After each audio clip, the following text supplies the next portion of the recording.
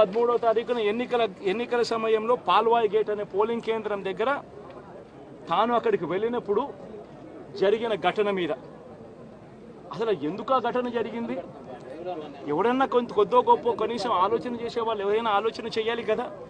అక్కడ ఉన్న ఎస్సీలను, ఆ గ్రామంలో ఉన్న సామాజిక వర్గం వాళ్ళు గ్రామంలో ఉన్న బూతులు లేకపోయి ఓట్లు వేసే పరిస్థితి లేకుండా ఉన్నప్పుడు ఎమ్మెల్యే అక్కడికి ఆ గ్రామానికి వెళ్ళినప్పుడు ఎమ్మెల్యే ఆ పరిస్థితిని చూసి ఎస్పీకి 4 సార్లు 5 సార్లు 10 సార్లు ఫోన్ చేసినా కూడా ఎస్పీ రాని పరిస్థితిలో ఉన్నప్పుడు, కనీసం సిఐని ఎస్ఐని కూడా పంపించిన పరిస్థితిలో ఉన్నప్పుడు, అటువంటి బూత్లో, సెన్సిటివ్ బూత్లో కేవలం ఒకే ఒక్క హోంగార్డును పెట్టి బూతులు నడుపుతూ ఉన్నారు.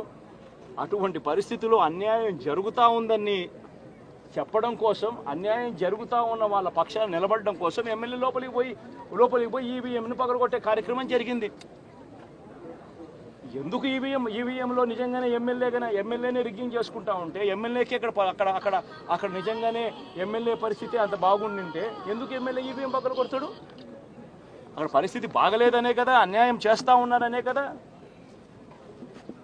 అక్కడికి పోయినప్పుడు అన్యాయం చూశాడు కాబట్టే కదా ఈవీఎం పగలగొట్టాడు. ఆ ఈవీఎం ఏదైతే పగలగొట్టిన కేసులు ఏదవుతుందో తనకు బెయిల్ వచ్చింది. ఈరోజు తాను బెయిల్ అక్కడ లోపల ఉన్నది ఈవీఎం పగలగొట్టిన కేసులో కాదు, తను లోపల ఉన్నది ఈవీఎం పగలగొట్టిన కేసులో. అన్యాయం జరిగింది అని చెప్పి, అన్యాయం జరుగుతూ ఉన్న పరిస్థితిలో ఎమ్మెల్యే అక్కడికి పోయి అడ్డుకునే కార్యక్రమంలో జరిగింది అని చెప్పి కోర్టులు కూడా గుర్తించాయి కాబట్టి తనకు బెయిల్ వచ్చింది. కానీ మళ్ళీ ఆ తర్వాత ఏం జరిగింది? ఆ ఇన్సిడెంట్ జరిగిన 10 రోజుల తర్వాత, ఆ ఇన్సిడెంట్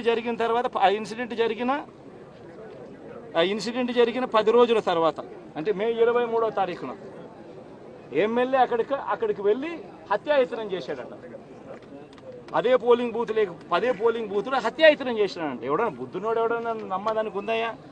ఎవడన్నా ఎమ్మెల్యే అనేవాడు అక్కడికి పోయినప్పుడు